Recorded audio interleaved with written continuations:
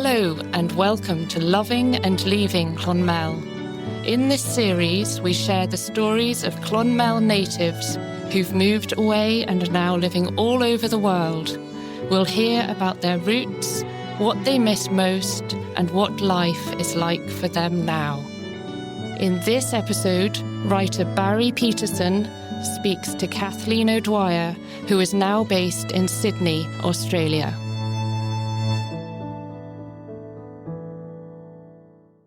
My accent causes a lot of curiosity. I bet you get the question, but where are you really from? I know. They're like, no, I don't believe that you're Irish. It's like, trust me, I am. I do feel like it's my home. I do. My dog is there, so I do feel like it's my home. No, I'm just kidding. My parents are there, and my aunt and uncle, and I have cousins there, and all my best friends live in Ireland. They're all scattered now, but they're all there. I'm privileged to be talking with Kathleen O'Dwyer, who has lived in many different countries. We'll be talking about motivations and expectations, and the challenges and opportunities of moving from place to place. But though at only 35 years old, she's very well traveled. Kathleen's roots are firmly in Clonmel. My mum is Jeanette O'Dwyer. She's a teacher at the Presentation Primary School. Or she was. She's retired. And my father is Martin O'Dwyer. He is a welder by trade, and he has done many things over the years. Primarily, he started a business called the O'Dryer, which is an all-weather outdoor clothes dryer, and it was very successful. And so I had two very creative parents, and that's my parent. They're amazing, and they've allowed me and my siblings to lead a very interesting and very creative life. We all live a very creative life. So tell us your travel, when you went where and how long, just as an outline to provide a framework for our later discussion. So I was born in Australia. My parents, my dad met my mother in Australia and had myself and my sister. And when I was 10, we moved to Ireland, and I did the rest of my primary schooling and all of my secondary schooling in the Presentation in Clonmel. And when I left, I wanted to go to art school to become a milliner, but I ended up, my brother flew over and surprised me and brought me back to Australia to have a gap year. And during that gap year, I ended up studying acting at the National Institute of Dramatic Art. And finding that I didn't enjoy my time there, I decided to go to America. So I think I was sort of on and off in America and Ireland over the next 4 or 5 years. And then, which explains that portion of my very strange accent. And then in 2014, I came back to Australia. It's fairly safe to say that I'm based in Sydney, but I go where the work is. So for example, I have taken jobs in India, and I've taken jobs in London and Ireland and America. So I just sort of go wherever the work is. And that's me in a nutshell. So yeah, in and out of Sydney. Okay. So you're a very cosmopolitan person. I suppose so. I don't know if I think I'm a bit of a dork, really. But yeah, I think I am quite cosmopolitan in the way I live my life. You know, I think that most film people anyway, I'm sure this rings true to a lot of freelancers, but it really helps if you make sort of a home in whatever city you're in, because our jobs are so taxing mentally, emotionally, and physically, that if you don't really get to know the city and get to love it and appreciate the place that you're in when you're in it, then you don't have a really great experience on the job. As it happens, Kathleen's intuitive attitude toward making a new country feel like home is backed by research. Sociologist Alex Carter interviewed 1,200 North Americans who relocated to Europe. He found that 2/3 returned within 2 years. They had tried to maintain a Canadian or an American bubble, and they felt lonely. The ones that stayed are people who got involved in the local community. As a production assistant in film, Kathleen deals with all kinds of people. Her naturally outgoing personality makes it relatively easy to adapt to new cultures. Yeah. I think, even in non-English speaking countries, I spent a lot of time in India, and during my time there, I came across a lot of people that didn't speak English, even though, in one of my interviews, I thought, okay, well, am I going to be okay with, is there going to be a language barrier? But, the production company were like, no, everyone speaks English. But in reality, not everyone does. And in the way I like to experience a country, by speaking to the locals and I'm forever striking up conversations with people at farmers markets and the local, food stand or whatever, supermarket. And, unless you really push yourself, you're not going to. So I can imagine, Americans being in Europe, it would be quite intimidating. Did you learn some Hindi Urdu when you were in India? No, do you know I didn't? I was in Telangana state, which is, they speak Telugu. And every time I said, how do you say thank you in Telugu? They'd say, thank you. I know. So I did try, but no, I didn't. I showed my love and appreciation for the culture in my love of their food.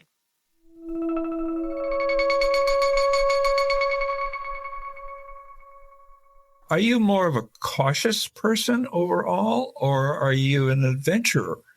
I think that I have done adventurous things. And I think from an outside perspective, I probably appear to be a very adventurous spirit. I might be doing myself an injustice by saying that I'm not necessarily adventurous and probably am more cautious, but I do the things even though I'm quite fearful.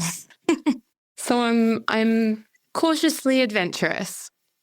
Do you plan way ahead, or are you more spontaneous in the moment? I think if you look up spontaneous in the dictionary, my name will probably be underneath it. Look, as much as I would love, it would be so satisfying. It would just be so great if I could plan any more than a week in advance in my life. But I'm weirdly fantastic at planning and organizing other people's lives around me, but I am possibly fearful of missing out on things, and therefore live my life quite spontaneously and like to take opportunities wherever they arise, as they arise. But from the moment I kind of go out the door in the morning, I don't come home until late at night. My friends, at least, are extremely used to the way I live my life, and I could pop up on someone's doorstep and for a cup of tea, or announce to whoever that I'm at the beach and they have to come and join me. And, sometimes they do, sometimes they don't. I like that. It's sort of like being friendly and spontaneous and not having to be so formal. I also think, fantastic things happen when you are spontaneous. And I think that my job in particular has really trained me into this lifestyle, in that for my career, I have never been able to plan ahead, because I don't make money unless I'm working, and I don't work unless I'm hustling and if I'm available. So when somebody calls, you have to answer that call.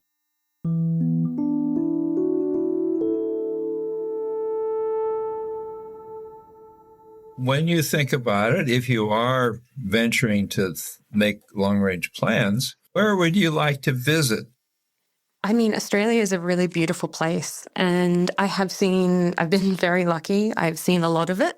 My next port of call would probably be somewhere like Mongolia or the Stans, I say it semi-jokingly, but I really would love to go and explore the mountains in Afghanistan. They're absolutely majestic beyond belief. And that whole region would just be unbelievable. There's a fantastic documentary called Human. It's by a French documentarian, and he created this masterpiece of first-person short interviews about their lives in different countries all around the world, and it's intercut with the most beautiful scenery and drone shots. And Yeah, it's fantastic. I highly recommend it. But it's inspired me to go to that sort of part of the world. If you were to travel, would you do it solo or with friends or family? With friends or family, yeah. I mean, I've been really lucky. My family, I mean, I've been lucky to travel quite a bit. But I am not a fan of solo traveling. I don't mind it, but I prefer to experience anything with a friend or a family member. Kind of makes it more real. You're engaging in a different way. You're talking about it. You're digesting it and discussing it. And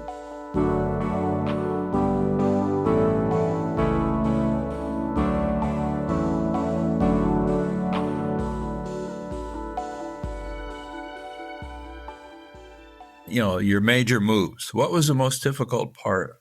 Of course, when you were 10 years old, it wasn't you deciding, you were going with your parents. But as an adult, what's the most difficult part when you made a major move? yeah. So many factors are really difficult in deciding to pick up your life and move. You have to process leaving people behind, and that's always hard and always makes me, God, I can't even talk about it. It does, it makes me really emotional because, you do leave people behind, even though you love them and you feel like you're present in their world, even though you're a million miles away. But that's a hard aspect. For me personally, literally packing is a really, really taxing thing. I like to collect things, memories in objects and things. And I'm not a hoarder, but I do like things. Is there an item, an object from Ireland that you have brought with you? Oh, I have so many things. Yeah, so many things. I mean, I have a clatter ring, which I never take off. And, genuinely people notice and they say, "Oh, are you Irish?" Because I don't know. I think I look Irish because I feel Irish, but I don't maybe look as Irish as most people. But I also have a ring that my dad designed for me, which is a Hurley wrapped around my finger. That doesn't leave my finger, but they're easy things to carry with me. And this is the thing; they're all small because I can't travel with them. It's my life has to be small in a lot of ways. When you have contemplated a big move in the past, what's your biggest anxiety, fear? Yeah, I think, it's interesting when I start to think about things like this. It really reminds me that I've been extremely lucky and so privileged with the moves that I've made. For example, when I came to Australia at 18, I was lucky enough to have been traveling with my brother, who I then lived with. So I think, housing is often something that people have a lot of anxiety about. And whilst I might have anxiety about that, it is easily solved because of the circumstances of which I'm moving. So when I moved to India, I was moving with a job and it was the production company's responsibility to house me, which was great. Huge, massive load off your mind when you don't have to worry about that. So that's great. Look, I know that a lot of people have, anxieties about danger or things like that. I lived in New York for 4 years and I definitely had experiences of danger, but it wasn't the forefront of my mind when I was traveling over there. Maybe that's just naivety, but I didn't. I was young. But that, I think, would be a fear. But I had a cousin that I knew was there, so I had sort of a setup in a way. So obviously between Australia and Ireland, I have family, so that's nice and easy.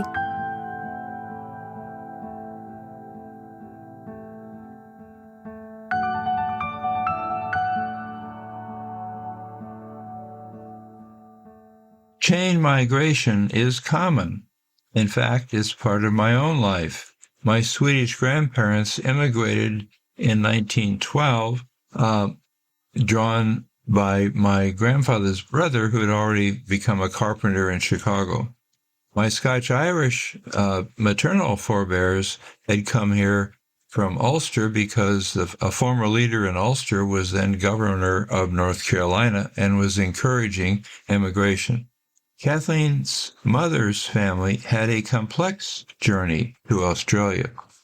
my mum's family was living in Egypt, and after the Battle of El Alamein, the British were kicked out of the country, and they were told they couldn't return to Malta. They were forced to either go to Australia, England, or I think Canada.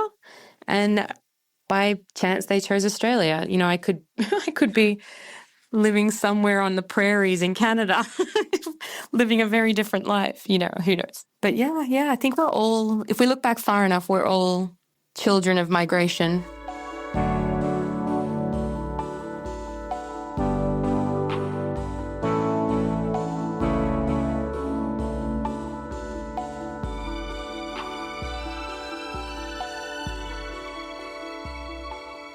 What do you miss most about Ireland? I think the people mostly. I miss the smell of the country. When I get off the plane, it just kind of floods my system. And I get it when I go to Australia too. When I land back, Australia just has a smell, and I don't know how. It might sound weird to people, but it is. It's you know, it's a freshness. It's that the rain on the tarmac. It's the moisture in the air and the grass and you know, the colors in Ireland, like the green that you have in Ireland is not like the green anywhere else. It's so, we know we curse the rain, but we don't have that lush landscape without it. So that would be a really big thing for me. The sense of community, I used to get quite emotional about missing. You know, I think Clonmel is a small town. It's a really great community, and you know, growing up there, you develop a whole bunch of expectations. You know, when I walk downtown, I would go for a walk to bump into people, to have random, spontaneous conversations. You know, we used to go and hang out, you know, outside Super Quinn and just bump into friends because their parents were also in town shopping, and then we would hang out, and it was a lovely community in the whole town that people would go into the town to meet other people. And that I have noticed has changed over the years, which maybe has alleviated my longing for it. But that doesn't exist in Sydney, or especially in New York, and most certainly in India. Big cities make for a whole different kind of sociology, that's for sure. What do you like most about Australia? I like that I get a lot of work here, but I really like the beaches. Yeah, look, I'm a bit of a water baby. When I go home to Ireland, I will still swim. I'll swim all the time. I love an ocean swim. And even if it's just, you know, a dip in, dip out in the middle of winter, I'll still do it. I do love that I can bring my laptop to the ocean and have that ocean therapy. It's really, really amazing. And I feel very lucky that I'm so close to it and I can utilize it so frequently. You know, there's so much about Australia. A lot of it is family. And I feel often like one of the biggest hurdles for me personally has been where I spend my time. You know, like as I get older, especially, you know, I desperately want to be in Ireland with my family, and I desperately want to be in Australia with my family. And I emotionally find it very, very difficult to not get overwhelmed with the concept of time passing and missing out on things, you know? Well, you're holding that tension, and sometimes when you have a conflict like that, it's difficult to endure sometimes, but maybe out of that can come some new understanding or a way to resolve it. Yeah, I mean, I literally work so I can save to go back to Ireland. Like a percentage of my wages absolutely go into a fund so that I always have a safety net to be able to fly home.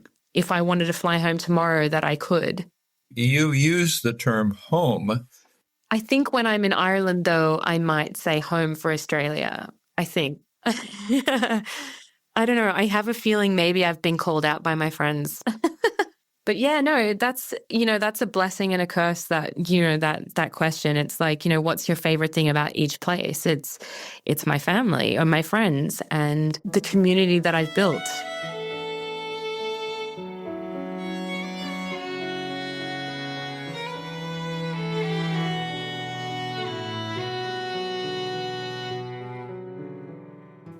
The Irish diaspora is huge and far-reaching. Do you feel a sense of being Irish over there? And are there events, people, music, GAA matches, where you can embody your Irishness with other Irish people? Yeah. Yeah, there's so much happening here. Obviously, it's quite well known that Australia is a hotspot for Irish people. When I'm in Australia, I tend to not feel a part of it when I'm around Irish people. But when I'm around Australian people or not, just generally not around Irish people, I feel very Irish. So that maybe is unfair to say, because I when I'm in small groups around people that know me from Ireland, I feel my Irishness. But it's when and my accent, I think, changes. My sister would say into a terrible Irish accent, but I don't do it intentionally. It just happens.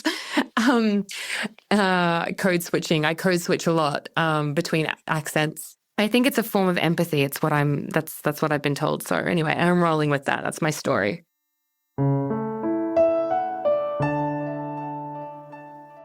When I first came back to Sydney, in 2014, I joined a local GAA club, and they would say that I was the Aussie on the team.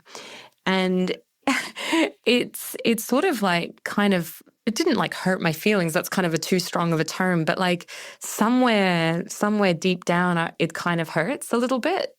And,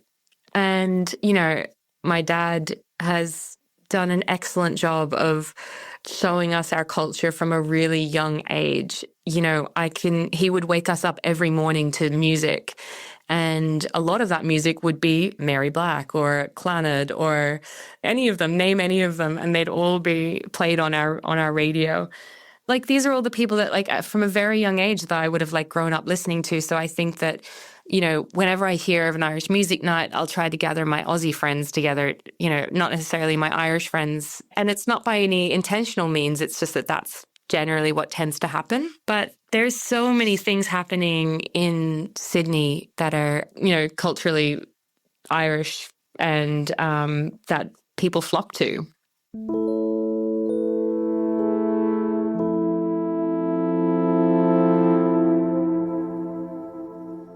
I would probably want to raise my family in Ireland. Like, I had an amazing childhood, and most of my fondest memories, all of my adventurous memories, are of memories in Ireland. When I think about, I said to someone just the other day, we passed a field with a bull in it, and it reminded me of going to my grandmother's house. And, we'd never tell our parents, of course, but there used to be a quarry kind of out the back in Ballinunty somewhere, and we used to have to cross this field with this bull, and we would absolutely risk it for the biscuit every single time. And then, I think about my childhood stories in Sydney, and they sort of go like, I rode my bike around the block, or I went to my grandmother's house and, circled the house, or I went to the beach and sat on my boogie board and went over the waves, which sounds like lovely, and I do have great memories. But the really spontaneous and the stories that really like kind of made me who I am, I think, are the experiences that I had in Ireland.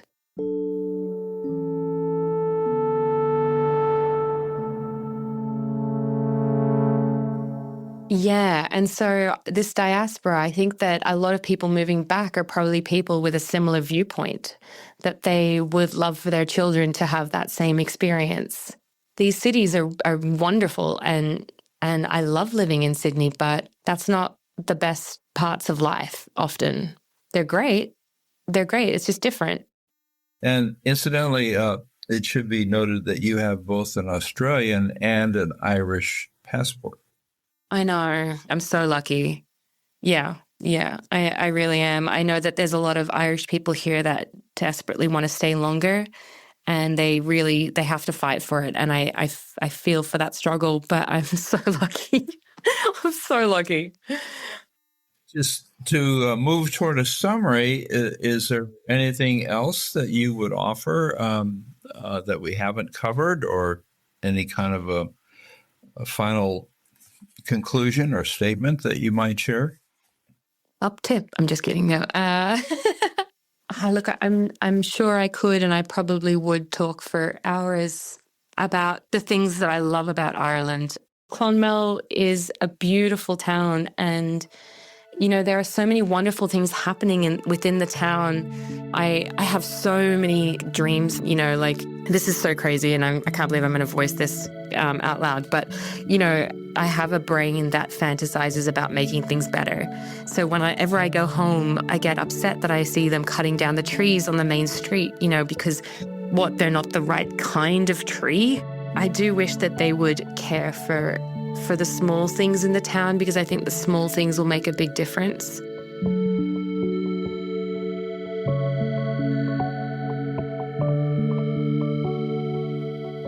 That watermill on Shore Island, I'm sure it has its issues, but wouldn't that make a beautiful bed and breakfast or youth hostel for hikers, or build a balcony bar and have live music overlooking the Shore River with that glorious sunset that we get in the valley, and the light hitting the water, and you can see the Prez Bridge from there. It's a stunning town that we have, and I really hope that people remember how to notice the small things. I know it's hard to see through the rain and the cold and the often very depressing grey that just never seems to leave. But I think I'm somebody that really notices the little things. And I think when I'm home, I take in those things maybe more than others, because I'm trying so desperately to form memories that I can bring with me back to Australia.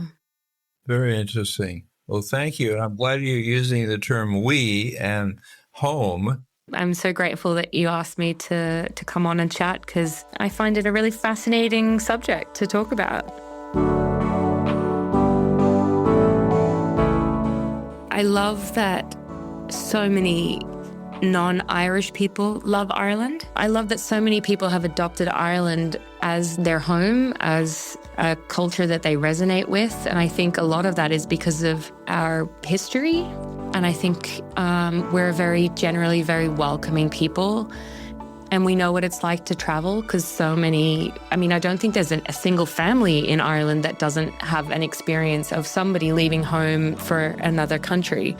So when people come to Ireland, I think we have that inbuilt empathy in our DNA.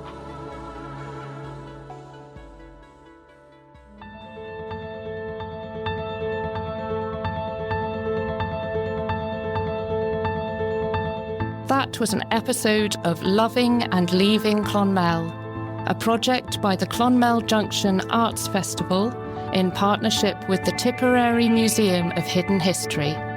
It was created by artistic director Rebecca Lenihan with podcast consultant Siobhan McHugh and Tipperary Museum curator Marie McMahon.